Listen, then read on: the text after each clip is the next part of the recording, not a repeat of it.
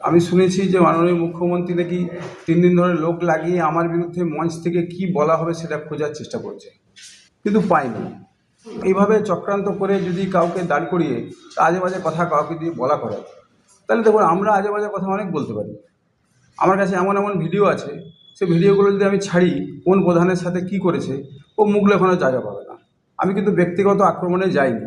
এখন যদি এই সিচুয়েশান আসে তাহলে সেটা আমাকে চিন্তা ভাবনা করতে হবে।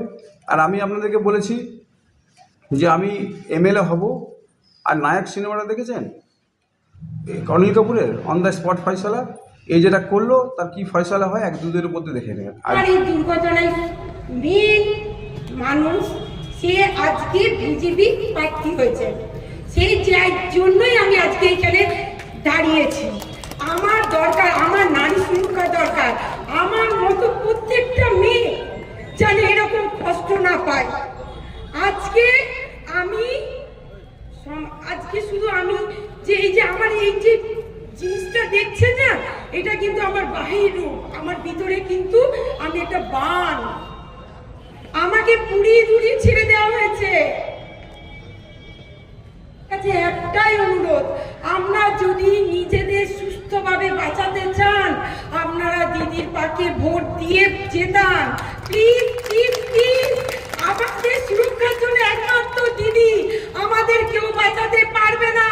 আজকে অমিত শাহ এসে পড়ে এইটাকে ইউপি বানিয়ে দেবে, আমাদেরকে বাঁচতে দেবে না। 3000 টাকা দেবে, কিন্তু জিনিসপত্রের দাম বাড়িয়ে দেবে। 500 টাকা কেজি 1 কেজি চাল খেতে হবে। মোদি কি করেছে? মোদি গ্যাসের দাম বাড়িয়েছে। মোদি আজকে বয়স্ক মানুষরা যা রিটার্ন টাইমে পেয়েছে তাদের সংসার চলে না, তাদেরকে এই বয়সে দাঁড়িয়ে চিন্তা করতে হয় যে কোনো দোকানে গিয়ে আমি কাজ করি। এর জন্য দায়ী মোদি মোদি মোদি। আমাদের বাঁচার জন্য প্লিজ প্লিজ আপনাদের অনুরোধ করছি, দিদিকে বিপুল ভোটে জেতান। আমাদেরও ভবিষ্যৎ আছে, আমরাও মা, আমাদেরও বাচ্চা আছে, তাদের মুখ চেয়ে আমাদের এই সুন্দর একটা পরিবেশকে নষ্ট করবেন না। বিজেপি প্রার্থী যিনি দাঁড়িয়েছেন তার বায়োডাটাটা জানুন, তার একদম বংশগত পরিচয়টা জানুন, তারপরে তাকে ভোট দেওয়ার সিদ্ধান্ত নেবেন। ওনার মতো ক্যারেক্টার লোক কোথাও খুঁজে পাবেন না। ওনার মতো মানুষ যারা মেয়ে ছেলেকে সম্মান দেয় না, তাই কি করে দাঁড়ায়? আপনি ওদের প্রথমত ওনাকে এমন কিছু করুন উনি নিজে যেন এই ইয়ে থেকে সরে যায়। তার জন্য যদি আমাকে যা করতে হয় আমি পাবলিক করব। কোন স্পর্ধায় ও দাঁড়িয়েছে? এই রানীগঞ্জ, আমি খানদার মেয়ে, আমি উগরার খানদার মেয়ে, আমাকে ব্লেম দিয়ে আমার সমস্ত কিছু মানে ইয়ে করে তারপর আমাকে ছেড়ে দিয়েছে। আপনাদের কাছে একটাই অনুরোধ, আমি করজোরে আপনাদের অনুরোধ করছি, প্লিজ দিদিকে বিপুল ভোটে জেতান। তৃণমূলে যোগ দিল বা কে তৃণমূল থেকে ছেড়ে দিল সেটা আমার বিষয় নয়। যেটা হচ্ছে আপনারা জানেন যে আজকে যে ঘটনাটা আমি দেখলাম, আমি তো প্রচারে ছিলাম, আমি এখনই খবর পেলাম, আপনারা বললেন তো আপনার সঙ্গে বসে গেলাম। এটা হচ্ছে মানে তৃণমূল কংগ্রেস যে এখান থেকে জামানত জব্দ হবে তার হচ্ছে এটা একটা হচ্ছে ফার্স্ট স্টেপ।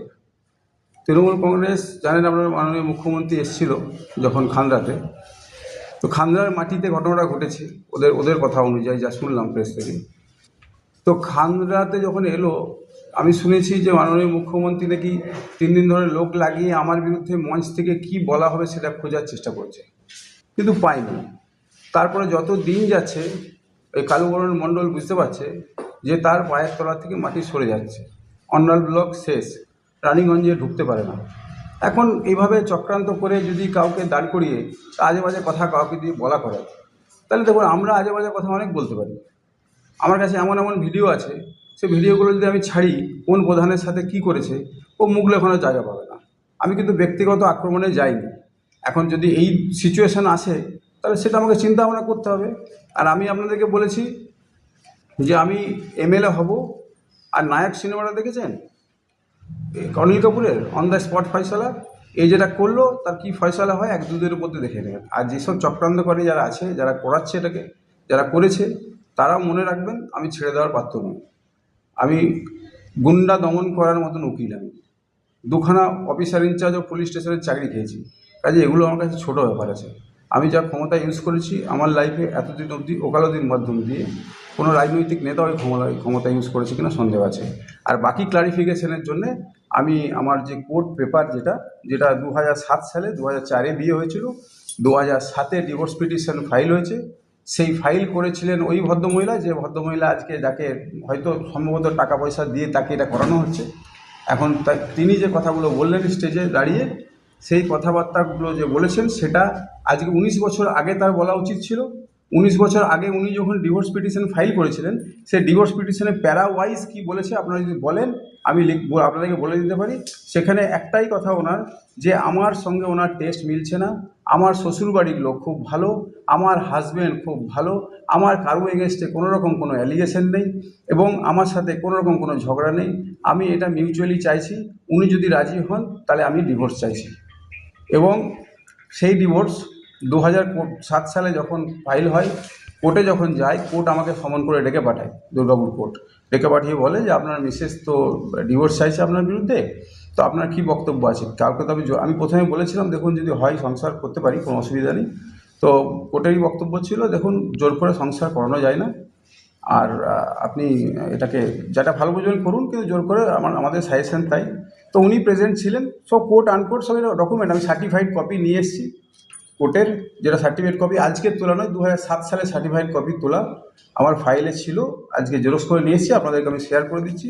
সেখানে মানে স্লাইটেস্ট অফ অ্যালিগেশন না আমার বিরুদ্ধে না আমার ফ্যামিলির বিরুদ্ধে, কোনো কিছু নেই। এবং 2007 সালের জুন মাসে ডিভোর্স হয় এবং আমার যখন পরবর্তীকালে আবার ম্যারেজ হয় 2015 সালে, আমার মিসেস এই কথাগুলো তাকে ডিসক্লোজ করি, সে সব জানে, সব ডকুমেন্ট দেখে, তারপরে আমার তার সাথে বিয়ে হয় 2015 সালে এবং আমি এখন হ্যাপি লাইফ লিড করছি, আমার 2টো বাচ্চা আছে, আমি ওয়েল এস্টাবলিশড।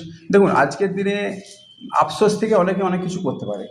আজকের দিনে ধরুন এই আমার উন্নতি বলুন বা আজকের যা পজিশন বলুন, এটা যে কোনো মানুষ ধরুন কোনো এক সময় তো আমার সঙ্গে ছিল বা কোনো এক সময় হয়তো ছিল, যেভাবেই হোক ছিল, তো সেইগুলোকে সে মনে করে আজকের দিনে তো তার আজকে একটা বিরাট আফসোসের জায়গা যে আমি কোথায় পৌঁছে গেলাম, ও কোথায় রয়ে গেল, কী কারণে তখন আমি ভুল করেছিলাম, ডিভোর্স পিটিশন উনি ফাইল করেছিলেন, আমি তো ডিভোর্স পিটিশন ফাইল করিনি।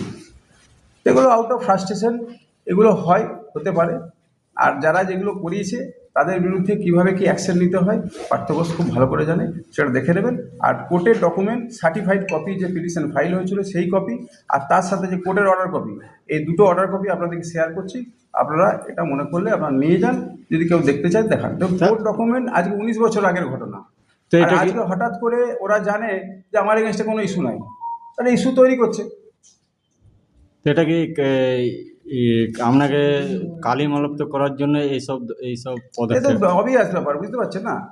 আমাকে কয়লার দাগ দিতে পারছে না, আমাকে লোহার দাগ দিতে পারছে না, আমার ক্যারেক্টার নিয়ে অন্য কিছু বলতে পারছে না, কোনো স্পেসিফিক বলুক, কোনো কমপ্লেন দেখা আমার এগেনস্টে আমার লাইফে আজ অবধি একটা কোনো জেনারেল ডায়েরি পর্যন্ত হয়নি। মানুষের এগেনস্টে জেনারেল ডায়েরি হবে? উনি যেসব অ্যালিগেশনগুলো দিচ্ছেন সেই অ্যালিগেশন হলে তো থানায় কমপ্লেন হবে, কোথাও একটা জেনারেল ডায়েরি হবে। তো আজকে 19 বছর পরে যদি এই ইস্যুটাকে কেউ তোলে, যেটা ঘটনাটা 2007 সালে কোর্টের মাধ্যম দিয়ে মিটেছে, তাহলে কোর্টের অর্ডার চ্যালেঞ্জ করুক। এই ব্যক্তিগত ব্যাপার রাজনৈতিক মঞ্চে কেন? তো ব্যক্তিগত ব্যাপার রাজনৈতিক মঞ্চে ব্যক্তিগত স্বার্থের জন্য করছে। যারা দাঁড়িয়েছে কালুবরণ মণ্ডল, সে হেরে যাবে ভোটে, তার হারার জন্যে উনি এখন থেকেই ফ্রাস্ট্রেটেড হয়ে আছেন। সেই লোকজনকে মানে পাগলের মতন ঝগড়া করে বেড়াচ্ছেন সবারই সাথে। তৃণমূল কংগ্রেসের লোকের সাথে নেই, উনি কী ধরনের ক্যারেক্টারের লোক সবাই জানে, অন্ডাল ব্লকের লোকও সবাই জানে, রানীগঞ্জের ব্লকের লোকও সবাই জানে। তো আজকের দিনে তার এটা বলা ছাড়া উপায় নাই, ও ভাবছে এইভাবে আমি ভোট জয় করব। আর আজকের দিনে এইটা বলার জন্যে, এটা করার জন্যে আপনারা জেনে রাখুন কমসে কম 10,000 ভোট আমার অ্যাড হলো, আমি আপনাকে চ্যালেঞ্জ করে বললাম। আচ্ছা, একটা কথা